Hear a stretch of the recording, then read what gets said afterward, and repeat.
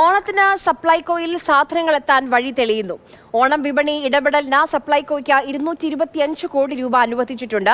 Budget വകയിരുത്തലിനേക്കാൾ 120 കോടി അധികമായി അനുവദിച്ചതായി ധനമന്ത്രി കെ.എൻ. ബാലഗോപാൽ അറിയിച്ചു. പ്രശാന്ത് കൃഷ്ണ വിവരങ്ങളുമായി നമുക്കൊപ്പം ചേരുന്നുണ്ട്. പ്രശാന്ത്, 400 കോടിയാണ് ഭക്ഷ്യവകുപ്പ് ആവശ്യപ്പെട്ടിരുന്നത്. ഇപ്പോൾ എത്ര ലഭിക്കുന്നുണ്ട്? എന്ത് പ്രതീക്ഷിക്കാം? സപ്ലൈകോയെ സംബന്ധിച്ച് എത്രത്തോളം വലിയൊരു ആശ്വാസമായിരിക്കും? സപ്ലൈകോയെ സംബന്ധിച്ച് ഈ ഓണക്കാലത്ത് വലിയ ആശ്വാസം തന്നെയാണ് ധനവകുപ്പ് കുറച്ചൊന്ന് അയഞ്ഞ് സഹായിക്കാൻ തീരുമാനിച്ചത്. കാരണം അടുത്തിടെ 100 കോടി രൂപ നൽകിയിരുന്നു. ഇതിന് പുറമെ ഇപ്പോൾ 225 കോടി രൂപ വരെയാണ് വിപണി ഇടപെടലിന് അനുവദിച്ചിരിക്കുന്നത്. അതായത് സപ്ലൈകോയ്ക്ക് ഈ അവശ്യ സാധനങ്ങൾ, സബ്സിഡി സാധനങ്ങൾ ലഭ്യമാക്കാത്തത് കൊണ്ട്, അവിടെ ഇല്ലാത്തത് കൊണ്ട് തന്നെ അത് ആശ്രയിച്ച് കഴിയുന്ന ജനവിഭാഗങ്ങൾ ഇപ്പോൾ സപ്ലൈകോയിലേക്ക് എത്തുന്നില്ല.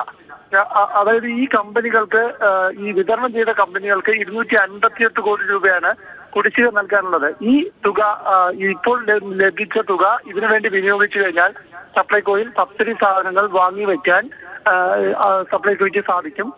അതിനുള്ള ഒരു അവസരമാണ് ഇപ്പോൾ ഉണ്ടായിരിക്കുന്നത്.